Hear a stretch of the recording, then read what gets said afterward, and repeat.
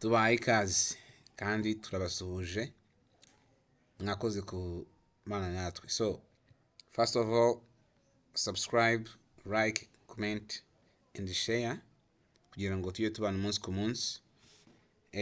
Duherukana ubushize muri video zabanje nazo mwazireba tureba noun. First of all, we had twarebye kuri foundations of grammar, then this time tugeze kuri noun, amazina. So last time twabonye amazina bwite n'amazina rusange, twabonye common nouns and the proper nouns. So hopeful that this time you can now have ukaba uzi nibura difference between them ku buryo n'uburyo byandikwa. Sorry. So rero uyu munsi this time, this moment, bayikaze mu isomo ry'uyu munsi tugiye kurebera hamwe another type of nouns. As we have seen, twabonye ko dufite types nyinshi, almost 6 of nouns. So this time rero tugiye kureba kuri concrete nouns. So mubane nanjye, maybe you should have note just for noting something very important. So ikibazo inyunganizi nimero ngizo hasi twabana nta kibazo. So reka dukomeze rero. As a review, we have seen that a noun is a word that names a person, place, thing or idea. Twabonye ko noun ari ijambo rihabwa umuntu, ahantu cyangwa se ikintu. Example: teacher, city, book, happiness n'ibindi byinshi bitandukanye. So this time rero muri rino somo turareba kuri concrete nouns only. So then concrete nouns is a noun that can be seen, touched, heard, smelled, or tasted. I'm repeating once again. A concrete noun is a noun that can be seen, touched, heard, smelled, or tasted. Mu by'ukuri tubishyize mu kinyarwanda kugira ngo twumvikane twese, concrete noun ni izina rishobora kubona, gukoraho, kumva, kwihumuriza cyangwa se kumva ariko ukoresheje let me say tongue, ururimi. Ubwo ni izina rihabwa ibintu cyangwa se ibintu ushobora kubona, gukoraho, kumva, kwihumuriza cyangwa se kumva ukoresheje tongue, ururimi. So ayo mazina yose, ibyo byose byitwa gutyo, those nouns are called concrete. So they refer to physical objects. Akenshi ni ibintu bigaragarira amaso, as here we are having seen, things that can be seen, ibintu bishobora kuboneshwa amaso yawe. Sorry. They can be experienced using the 5 senses. Ibyo byose turi kuvuga wakoresha 5 senses. Wenda hano tugiye muri biology ariko turaza kubibona izo senses zizarizo later on. Just mungumane nanjye. I think this time tumaze kumenya what a concrete noun is. So now, those are examples: people, teacher, doctor, student, farmer.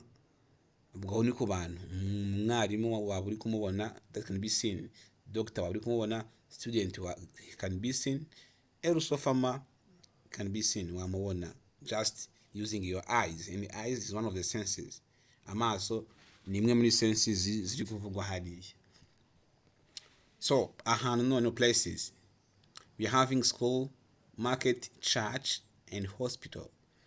So ikigo, school can be seen, market also can be seen, church the same to hospital. Both of those nouns are called concrete nouns. Things, ibintu bisanzwe, just things. Table can be touched. Remember, we have seen that those are the things that can be seen, touched, heard, smelled, or tasted. Are those the one we are calling concrete nouns? So we proceed on animals: dog, cat, cow, bird. Also those nouns can be seen. So those are one of the examples of concrete nouns. Also, we are having those are the senses I have been saying. These are senses eshanu twavugaga. Here, look at here, senses. 1, 2, 3, 4, 5. We are having C or I. I ijisho. Here kumva, ugutwi ngo ni ear. We are having here, but the act of hearing is done by an ear, ugutwi. So touch, by touching, smell using your nose, and taste using a tongue. So here we are having an example. Tree, igiti, it can be seen. Igiti wakibonesha amaso yawe. Bell, inzogera wayumvisha ugutwi irimo ivuga. Stone, ibuye warikoraho, touch by your hands.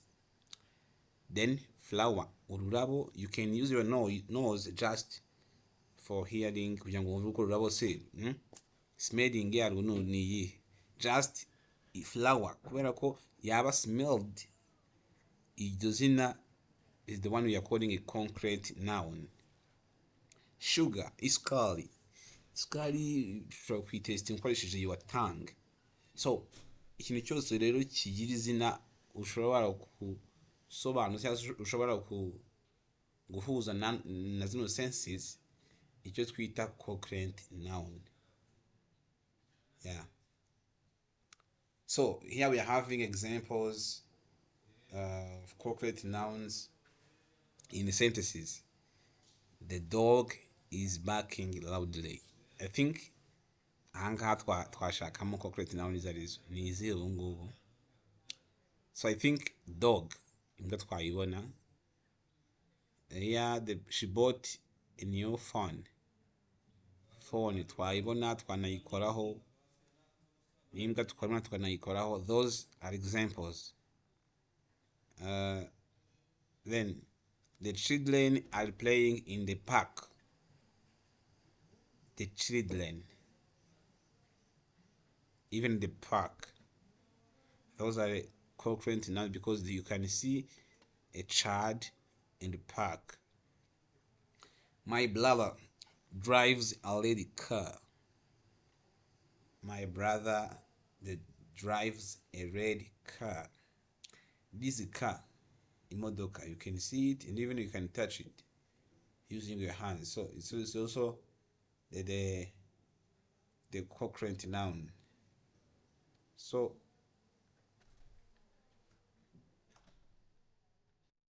we are also having more concrete nouns.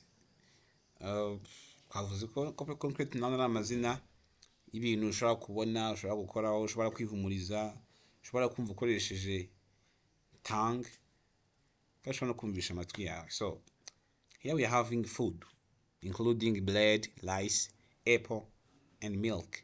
So umugati wawukoraho wanawubona. Umuceri the same. Apple the same. Even milk, you can taste it using your tongue. Nature, I mean mountain, river, tree, flower, object, chair, including chair, bottle, bag, and pen, and many so on. So here, ibintu byose wumva ushobora kubonesha amaso yawe, kumvisha ururimi, kumvisha amatwi, gukoraho se ukoresheje amaboko, and also tasting, even smelling using your nose. Those kinds of nouns are called concrete nouns. So muri video zikurikiraho turaza kubona the opposite of this, which is abstract one. So it will be coming soon in the next video. So just this time we are stopping here on concrete noun. I think we have seen more. Twabanye neza cyane. Niba ufite igitekerezo, support yari yose waba ufite, icyo ushaka kugeraho, just you hit us through this contact. Reach us out through this contact. Thank you so much. Love you.